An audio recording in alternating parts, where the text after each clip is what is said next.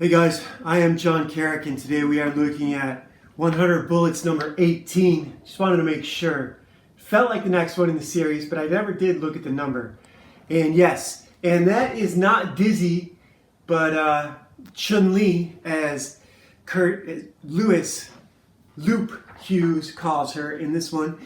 It starts right where the last one left off, at the fire outside Margaret's bar.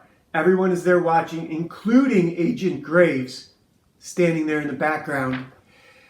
And they're all talking about what happened, blah, blah, blah.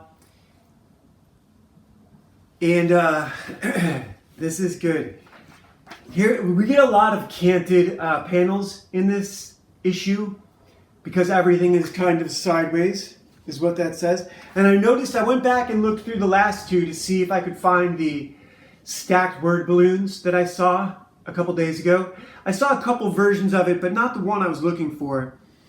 Regardless, this is Nino Rigo's son. They're leaving his bar where he plays pool. Whether it's a bar or just a club where he hangs out, a recording studio, it's kind of what it looks like.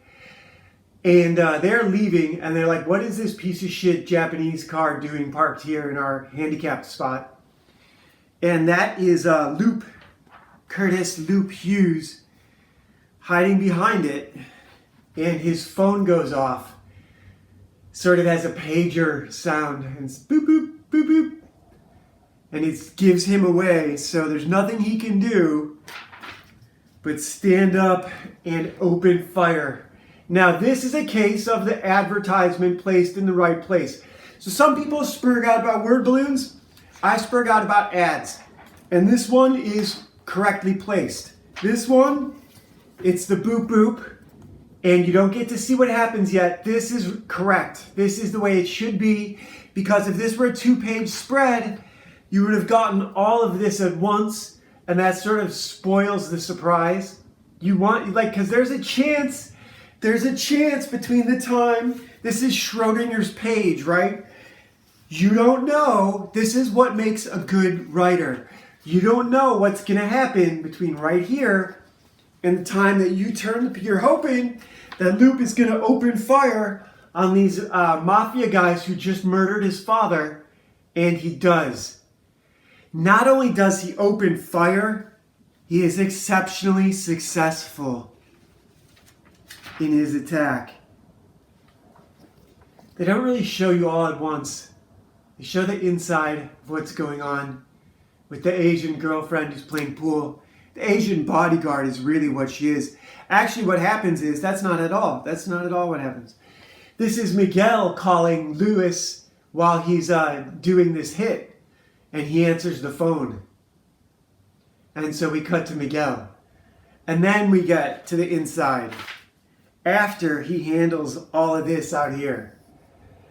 So he kills all those guys in an ambush. Now, here's the problem with this. Also, yesterday I said that Agent Graves gave his dad, Curtis, a briefcase full of money. Of course, that's not what he gave him. He gave him a new gun and a new target, and we don't know exactly who that was yet, who that new gun and target was for. But that's what he gave him. That's what he was asking for. And Loop here may very well be executing that target just out of revenge. And he didn't, yeah, this is an interesting bit. So he calls this girl Chun-Li and tells her to leave, and he points the gun at Nino, and Nino starts talking smack to him. You're not the first person to point a gun at me. And he's like, yeah, well, I'm the only one pointing a gun at you right now. And Nino does not stop talking smack. The girl palms a pool ball, and then we get the cover fight, which does not disappoint. So this is where we left off, right in the middle of the book. And this, again, is a great place for an ad. Great place for an ad. I don't know how many issues I complained about it, but this is perfect. This is exactly where you want an ad, because everyone is on the edge of their seats. This girl's palmed a pool ball. What's going to happen? And I love this reveal. He's got the gun, she throws the ball, and it smacks him in the hand. It's like getting shot in the hand, like in the old westerns. This is such good writing. Such good writing. And then she clobbers him with the stick, and then she unscrews it and clobbers him a couple times. Now all of a sudden she's got the double sticks, like Nightwing or Daredevil, or the Eskrima. Kali Eskrima is really what it is, the two sticks style. Short batons. I've got one right here. It's illegal to sell these in California, and it's illegal to carry them around, but it's not illegal to have them at home. They're good to practice with. This is really brutal. Luke just gets his ass kicked for 2 pages. It is relentless, and he does not get an edge until... Oh, yeah. Right down there at the bottom, he sees the broken bottle. That is, again, perfect writing. He gets his ass beat for 2 pages. Then he gets a hold of the bottle. One shot. She underestimates him. He gets her with the jagged glass right in the neck.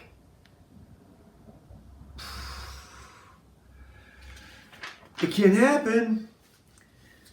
Then we get another. This is, again, perfect with the ads. Really good with the ads, right? Breaks up the 1 page. See, in this issue, we have a lot of 1 pages where something insane just happened or is about to happen. The last few issues is mostly conversations. And the conversations, if they're a 2-page spread and the ending isn't until down here, then they should sit together. But this, every page has a big ending. She gets in a few more shots. As the Japanese say, even a dead person can take 6 steps. And that's, if you get the carotid artery severed, you still get 15 seconds. You can still execute an enemy. Quite possibly. That's one of the first Hattori Hanzo TV shows, Shadow Warriors. Kage no Gundam? I think so. It's fucking awesome. You guys should watch that show. It's Batman, but with ninjas. Sonny Chiba plays Hattori Hanzo, and he works for the magistrate, who's essentially the commissioner, and he tells him about the criminals, and it's the Koga versus the Iga ninja, and it's just a fucking awesome series. The first season is the best. The second season, they jump forward to a new Hattori Hanzo in a new era, which is a clever thing to do, but I wish they'd stayed with the same character for, 30 seasons.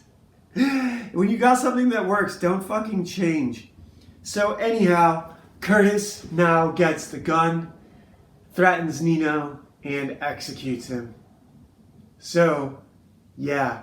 And look, there's even this gunshot right here on the cover. That is a nice touch. Right, going off right over her shoulder. 2 pages. Curtis kills Nino. This is just awesome. And he walks outside where Agent Graves is waiting for him. The puppet master pulling the strings. And Nino does go off on Curtis, telling him that his old man did all this for him, and that's the only reason he could have had, and he was loyal all this time, and now he gets to know his son, and suddenly he does this kind of thing, and Nino saw it coming, etc., etc. Agent Graves has kind of the same... Agent Graves is really contemptuous. Right now, he starts telling Curtis that he got what he wanted, and he means that his father's dead. Meanwhile, Curtis says, yeah, for a minute. And he means a relationship with his father. And Agent Graves essentially tells him he's going to call him or something. It's really sort of an open-ended... It's a downer of an ending. I still don't remember which movie it was where the black guy had a Mexican cousin come to town and stay with him up in like New York or Brooklyn. This is Philadelphia. And it's the last page we get, Lano shows up and gets a ride in a cab. So I do like that they make the last page literally the last page, and the only other thing you have is the back cover. I like that. If you guys ever saw The Samurai, it's a French film. That's You don't even need to speak the language to get that. It's very much in this film noir vein. It's about an assassin who's hired to kill a guy, and the piano lounge singer witnesses him coming out, and the people who hired him don't want to pay him unless he kills the lounge singer, the witness, because she's told the police that she saw him, and they're doing these lineups, and she fails to identify him, I think, the first time. And so they hire him to kill her, and it's a beautiful, beautiful ending. He likes her, and he won't do it. And meanwhile, he has a girlfriend who is played by Natalie DeLeon, who is the wife of the lead character, the main actor, and she's got to be the most beautiful woman ever on film. Raquel Welch, Cheryl Tiegs, they've got nothing on this French girl, Natalie DeLeon. Easily the most beautiful woman. I'm sure there are others, but at this moment, Sandal Bergman in Conan the Barbarian is really beautiful too. But Natalie DeLeon is more like, she's like a taller Kate Beckinsale, only a couple inches. She and Kate Beckinsale are very similar, except she's a redhead. So anyhow, Conflicted Deck 2, I think this is the 6 or 7. 6 of clubs. And this one is a variation on yesterday's, only it's not quite so direct. Yesterday's was how would you collect on some debts. This one is the collapse has happened, which doesn't really mean a lot. This could be like the first Mad Max, meaning a banking collapse. This could mean all the power has gone out and the community around you is gradually starving, but you have plenty of food. How do you keep your food safe? How do you stay safe while your neighbors are going hungry? This is a reflection of the writers who wrote it. There is a saying, not a saying, one of these social engineering constructs, an encounter question sort of thing. A writing prompt is really what this is. And it goes, if you could have a bigger house than you have now, but 50% of everyone else would have a bigger house than you, would you take it? Or if you could have a smaller house than you have now, but you would have a bigger house than 50% of the population, would you take that? And a surprising number of people choose the second option, or maybe it's a bigger house than everybody else, or something like that. But it's basically like, if you could be the biggest fish in a smaller pond, would you rather have that? Or if you would be a smaller fish in a bigger pond, but you'd have more than you have now, would you take that? And a surprising number of people choose the selfish option. And this is a similar thing. How would you keep your possessions safe while the world goes to hell around you? And that's not really the answer. The answer is, how do you make yourself invaluable to the new community that's going to spring up in the ashes of the old one? If there are this many people around, you're looking at resources the wrong way. People are resources. This card presumes that everyone is going to become unreasonable and irrational. And yes, that's going to be a period of time that you have to get through. But the people who are reasonable and rational are going to group together immediately.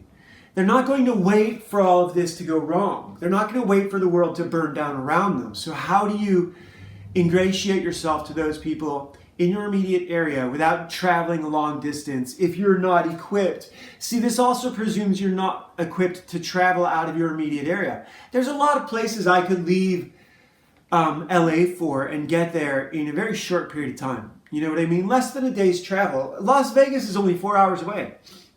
Would you want to go there? The mountains are only about 2 hours away.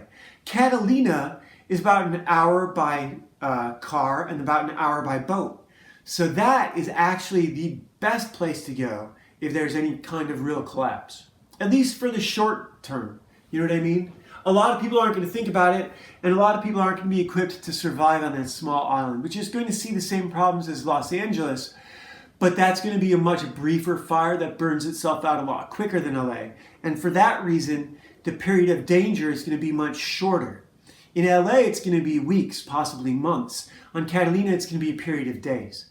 And you could get there late. You know, depending on how stealthy you are moving through Los Angeles to either Marina del Rey, Long Beach, fucking Santa Barbara, you know, you can get to Catalina from any of those places, even from Malibu. There's boats in Malibu. All you need is a motorboat and enough gas, you know? So it's a really simple solution. And then you need to be armed and you need to be smart enough to hunt. You know how many deer there are on Catalina Island and bison? And you could ask, do you know how to skin a deer and butcher a deer? Yes. The same as I know how to skin and butcher a chicken. Of course I know how to do. That's the easiest thing in the world. If you've ever bought, go buy fresh game, a fresh kill. Even if you don't know how to hunt it yet, hunting is the easiest thing to learn. The hardest thing about hunting is the discipline of sitting still and keeping your mouth shut and not scratching every itch. Life is all about discipline. So, So what do you do? How do you navigate the end of the world is really what this is, what this question is. And it becomes about who you are and what skills you've cultivated during your time on the planet. And if you're young, you have energy, and if you're old, you have wisdom. And then you have to barter those two. And if you're in reasonably good shape, you get old enough, you have some energy and some wisdom. And that's the best of all worlds. So, of course, it's better to own an island like Kauai and not have to leave it. But in the meantime, everyone's been waiting for the collapse since Jesus. So, you know what I mean? There's been a ton of mini collapses since then. We just had one right out here in the Pacific Palisades. No one thought that was going to happen, but the conspiracy theories will abound about this, you know? Why does prime real estate continue to be burned? Too soon, I suppose. I mean, look, I am out here doing this because I have written 2 awesome novels.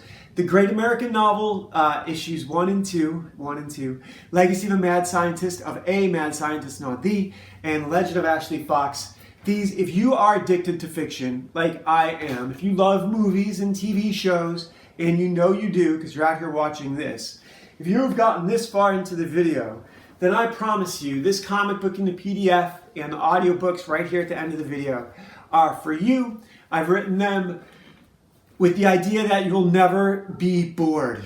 Never be bored. I am never bored. Never, ever, ever bored. This is Ashley Fox, Ninja Babysitter. She's out with Reverend Luther Wolf, and they are rescuing children from a gang of evil criminals who have kidnapped children. And it's a fucking ton of fun to do, and I know it will be a ton of fun for everyone to read. Eventually we'll be selling all this, but right now it's for free, just as a hi, nice to get to know ya.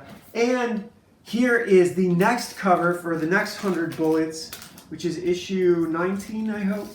I hope it's the next issue. Yes! And this cover is awesome. If this is not Natural Born Killers, I don't know what is. The red glasses. Remember the cartoon in Natural Born Killers? So yeah, with a Lobo. I guess they're going to put Lobo in the new Supergirl movie, and it's going to be Jason Momoa, which is awesome. Hopefully that's better than his Conan movie. It's not his fault. Marcus Nispel should have been great for Conan, but it didn't work out. They said it was the budget. Pathfinder was really good with Carl Urban. Nobody remembers that movie, where he is a Viking living with a bunch of Indians, and then more Vikings show up.